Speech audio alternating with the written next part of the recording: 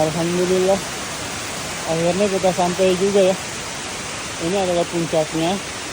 Dan di sini ada gazebo, ada tempat istirahat guys ya. Tempat ganti pakaian. Tempat ganti pakaian, toilet biasa ya.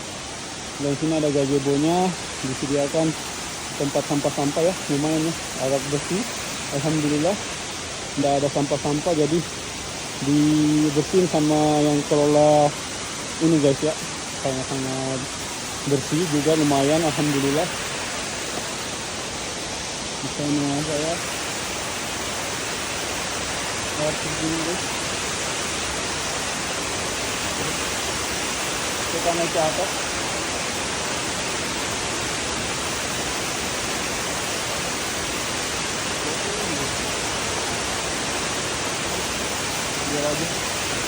Biar aja aku basah.